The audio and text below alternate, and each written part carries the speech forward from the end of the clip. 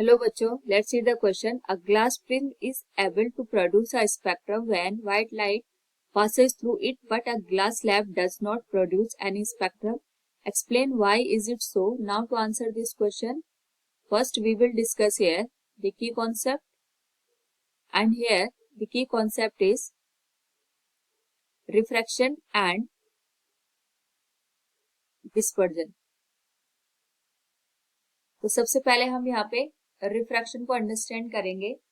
तो refraction is bending of light from one medium to another medium. अगर हम इस केस को अंडरस्टैंड करें, इसको समझने के लिए we have taken a glass slab here,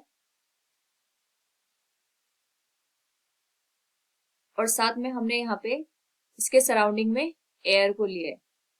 तो जब भी लाइट रे यहाँ पे एयर से ग्लास स्लैब में एंटर करेगी, तो यहाँ पे इन द ग्लास स्लैब उसकी स्पीड चेंज हो जाएगी, और स्पीड चेंज होने की वजह से यहाँ पे रिफ्रैक्शन अकर हो जाएगा, यानी बेंडिंग अकर. नाउ अगर हम देखें यहाँ पे, it is known as incident रे,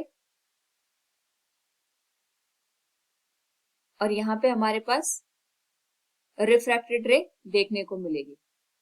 नाउ जैसे ही ये रिफ्रैक्टेड रे यहाँ पे इस इंटरफेस पे पहुंचेगी, इस पर्टिकुलर केस में अगेन हमारे पास यहाँ पे स्पीड में चेंज आएगा लाइट की, और स्पीड में चेंज आने की वजह से हमारे पास अगेन हमें रिफ्रैक्शन देखने को मिलेगा. इस पर्टिकुलर केस में अगर हम देखें, इस रे को हम यहाँ पे एमर्जेंट रे का नाम देते हैं.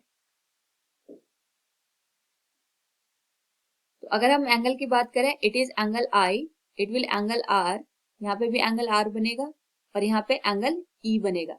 इसको हम कहेंगे एंगल ऑफ एमर्जेंट, ये बनेगा angle of refraction and angle of incident.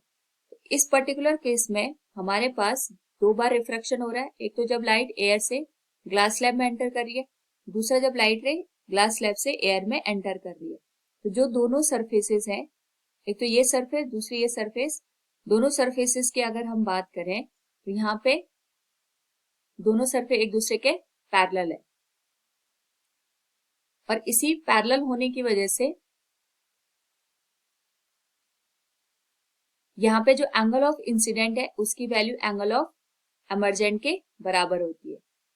Now साथ में हम देखें तो जो हमने ग्लास स्लैब यूज की है, उसकी वजह से जो इंसिडेंट रे है उसमें रिफ्रैक्शन अकर हो रहा है. बट अगर हम यहाँ पे ग्लास स्लैब को हटा दें, हम देखेंगे कि जो हमारे पास इंसिडेंट रे है उसमें कोई भी रिफ्रैक्शन अकर नहीं होगा, यानी उसमें कोई भी बेंडिंग नहीं होगी.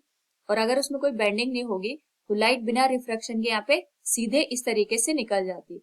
लेकिन in the presence of refraction and in the absence of refraction, जो हमारे पास यहाँ पे इंसिडेंट रे और एमर्जेंट रे है, हाँ, अगर हम इन दोनों को कंपेयर करें तो इनमें एक तरीके का डेविएशन प्रोड्यूस हो गया, और इसी डेविएशन की वजह से यहाँ पे जो लाइट रे हमें देखने को मिलती है, these are parallel to each other. इसका रीजन यही है कि हमारे पास दो सरफेसेस पे रिफ्रैक्शन हो रहा है, आई की वैल्यू ई के बराबर है, साथ में ये दोनों सरफेसेस एक दूसरे के पैरेलल है, और साथ में जो भी लाइट रे यहाँ पे एंटर करेगी जिस भी स्पीड से, उसमें जितने भी कलर या फिर हम कह दें यहाँ पे मौजूद होंगे, वो सारे के सारे एक साथ यहाँ पे एग्जिट करेंगे.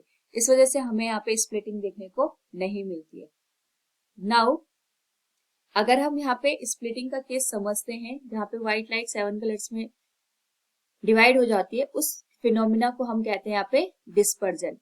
तो डिस्पर्जन के केस में अगर हम समझें तो हमारे पास यहाँ पे व्हाइट लाइट एंटर करती है, और ये व्हाइट लाइट यहाँ पे प्रिज्म के एक सरफेस पे एंटर करेगी, दोबारा इसमें रिफ्रैक्शन होगा. रिफ्रैक्शन के बाद यहाँ पे जो लाइट रे है इट विल गेट एमर्ज, और एमर्जेंट रे जो होती है वो हमें 7 कलर्स के फॉर्म में यहाँ पे नजर आती है.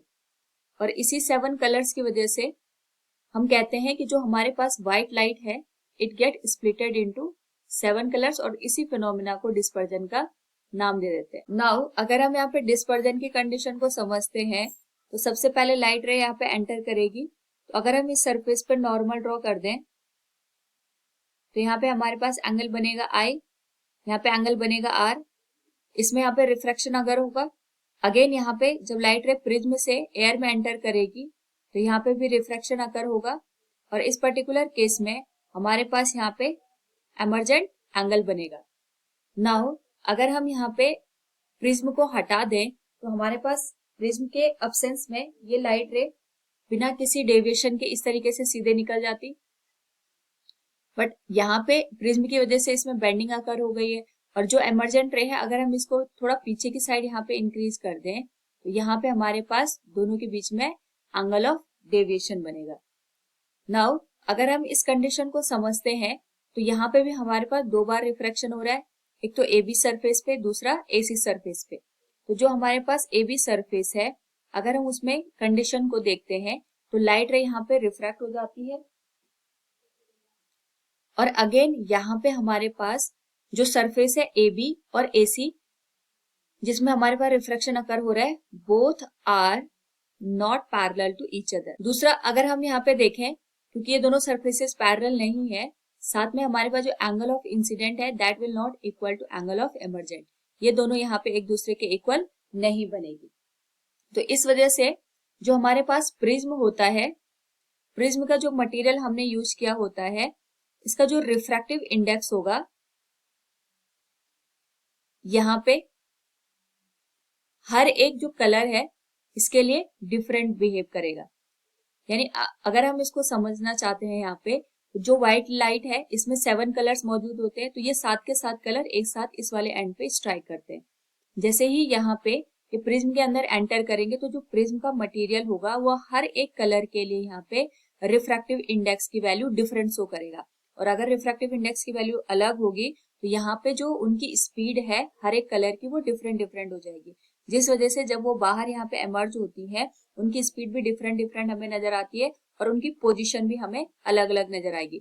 इसी वजह से जो हमें यहाँ पे एमर्जेंट रे दिखती है उसमें 7 के 7 कलर्स हमें यहाँ पे दिखाई देते हैं, यानी वो एक स्पेक्ट्रम की फॉर्म में दिखाई देता है। तो अगर हम कंपेयर करें बाय दी ग्लास स्लैब और प्रिज्म में, यहाँ पे मेजर डिफरेंस ये होता है कि यहाँ पे जो प्रिज्म होती है उनकी जो रिफ्रैक्टिंग सरफेसेस होती है वो पैरेलल नहीं होती है, और एंगल ऑफ आई की वैल्यू एंगल ऑफ ई के बराबर यहाँ पे हमें देखने को नहीं मिलती है। So this was the major reason for the glass prism is able to produce a spectrum when a light passes through it, but a glass slab does not produce any spectrum. Hope all you understood it. Thank you and best of luck.